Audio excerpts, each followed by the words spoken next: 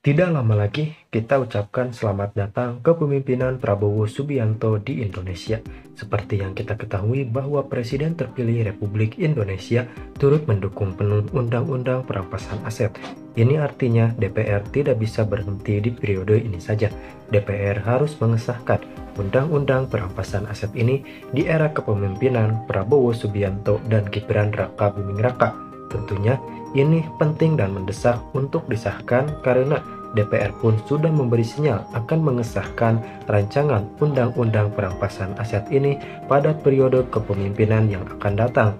Tentunya kita sebagai rakyat harus mengawal statement itu sampai tuntas. Jangan sampai Undang-Undang Perampasan Aset ditunda lagi. Karena seperti yang kita ketahui bahwa Presiden Joko Widodo saja sudah berulang kali mendorong DPR untuk mengesahkan Undang-Undang Perampasan Aset. Namun, hingga periode kepemimpinan Presiden Jokowi berakhir, Undang-Undang Perampasan Aset belum disahkan. Kita harus membahas kepemimpinan yang akan datang, yakni Presiden Prabowo Subianto.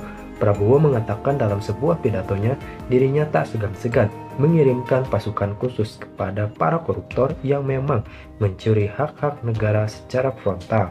Tentunya kita mengapresiasi langkah dan planning Prabowo Subianto untuk menghadapi bencana korupsi di negeri ini, dan kita kawal terus kepemimpinan Prabowo Subianto dan Gibran Raka Buming Raka yang tidak akan lama lagi memimpin NKRI. Semoga kedepannya Indonesia akan lebih baik di tengah kepemimpinan yang baru dan misi masih mewujudkan Indonesia. Saya kira Bapak Presiden ternyata sedang melatih saya untuk supaya nanti nggak terlalu kaget begitu setelah saya dilantik, insya Allah. Tapi ada beberapa menteri dari sebuah negara yang taruhan sama saya. Your Excellency, if you can achieve 8% growth once, sekali saja dalam 5 tahun akan datang, kita mencapai 8%,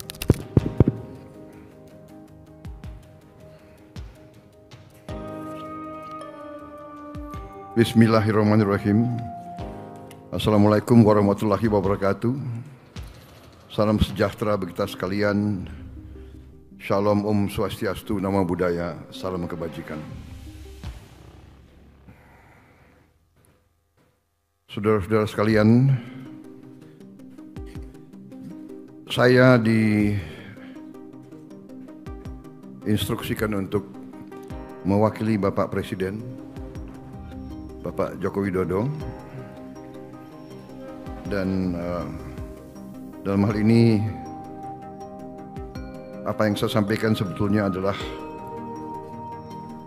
catatan-catatan dan pointers dari beliau.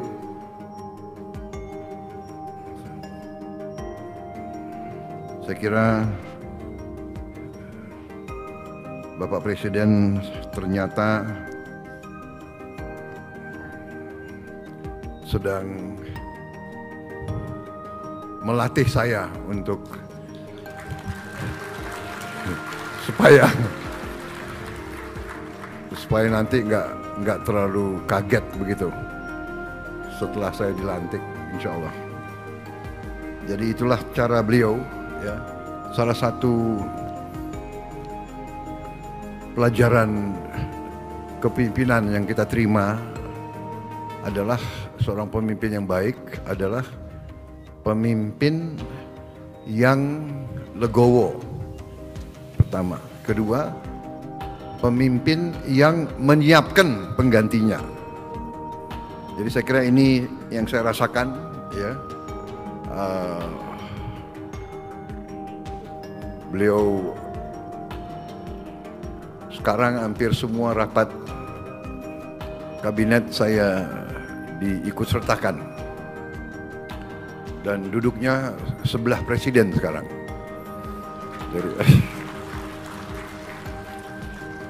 Mohon maaf Menko. Jadi ini yang saya rasakan, saya sedang disiapkan. Saudara-saudara sekalian,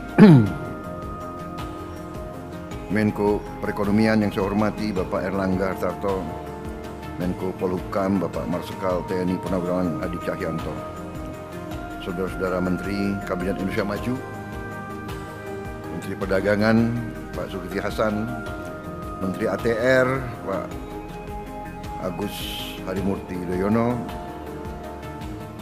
Mendagri Jenderal Polisi Tito Karnavian, Menteri KKP Bapak Trenggono, Menteri Pertanian Pak Amran Sulaiman, Menteri SDM Bapak Arifin Tasrif, Menpan RB Bapak Azwar Anas, Menteri LHK Ibu Siti Nurbaya, Sekretaris Kabinet Bapak Pramono Anung, Menteri Perhubungan Bapak Budi Karya, Panglima TNI Jenderal TNI Agus Subianto, Kapolri Jenderal Polisi Listio Sigit Prabowo. Ini memang harus pasangan terus ini, Kapolri dan Panglima TNI, karena namanya itu kalau digabung itu sama dengan nama presiden terpilih. Tapi ini bukan rekayasa. Hadir juga KSAL, para pimpinan lembaga negara, badan-badan usaha, para gubernur, para bupati, para wali kota seluruh Indonesia yang hadir yang saya hormati, para pimpinan perguruan tinggi, tamu hadirin yang saya hormati dan saya banggakan. Baru saja kita diberi presentasi tentang upaya untuk membuat satu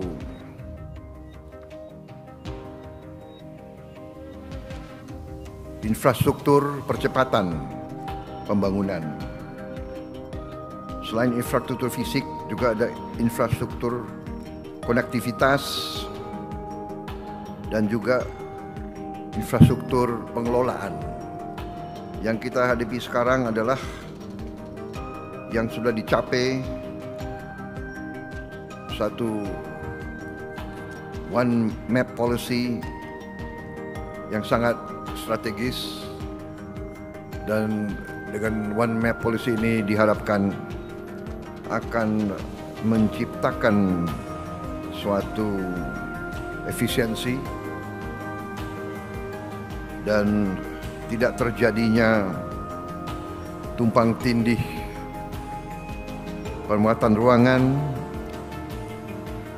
sehingga proses pembangunan bisa cepat. Kecepatan sekarang adalah suatu elemen daripada pemerintahan yang efektif, karena dalam keadaan geopolitik dan geoekonomi yang sangat tidak menentu, persaingan antara negara-negara sangat keras, sehingga negara dan bangsa yang dapat memberi suatu kepastian dan iklim usaha yang paling efisien dan paling baik, itulah yang akan meraih investasi. Kita butuh investasi. Untuk itu kita perlu iklim yang baik. Untuk itu kita perlu governance yang baik. Kebijakan satu peta ini ternyata dalam waktu singkat telah berhasil menurunkan tumpang tindih pemanfaatan ruangan tadi disampaikan sebesar hampir 20 juta hektar. Memang masih kita ingin yang lebih baik lagi. Saudara-saudara,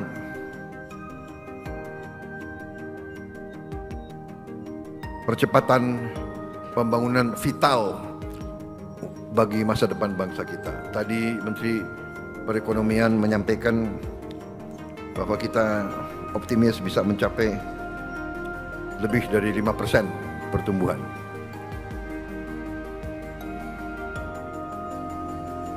Kalau saya lebih berani lagi, kita harus berani menaruh sasaran yang lebih tinggi. Kalau saya optimis, kita bisa mencapai 8% pertumbuhan.